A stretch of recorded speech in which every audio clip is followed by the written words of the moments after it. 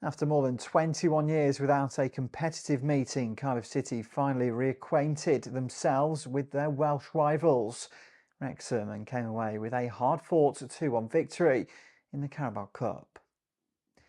The first half was almost a one-sided affair as Wrexham failed to impose themselves and Cardiff dominated proceedings from the outset. Yousef Salech opened the scoring in the 13th minute, tapping in the rebound after Omari Kellyman's initial effort was superbly saved by Wrexham's goalkeeper Callum Burton.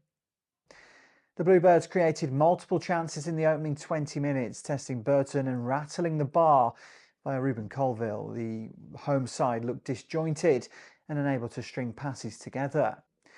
The second half brought a spark for Wrexham. Phil Parkinson's triple substitution changed the dynamic, and within minutes Ryan Longman's cross found Kiefer Moore, who powered home an equaliser, reigniting both the crowd and the contest. For a brief period, Wrexham showed intensity and urgency, pressuring Cardiff and creating moments that suggested the tide might yet swing in their favour.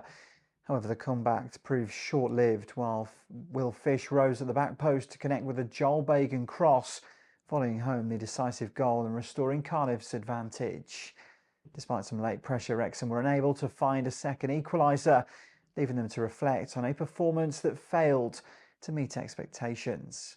For Cardiff, the result is a confidence boost and a step closer to the Carabao Cup quarter-finals, affirming their attacking intent and team cohesion. Head coach Barry Murphy praised his side's character and composure, noting that their strategy from the first minute set the tone for the game and deservedly led to victory. Wrexham, meanwhile, will rue their lethargy in the first half. Parkinson admitted the team did not press with enough intensity early on. In short, Cardiff lead the derby with momentum and pride, while Wrexham are left to analyse mistakes and rebuild resilience for the remainder of the season.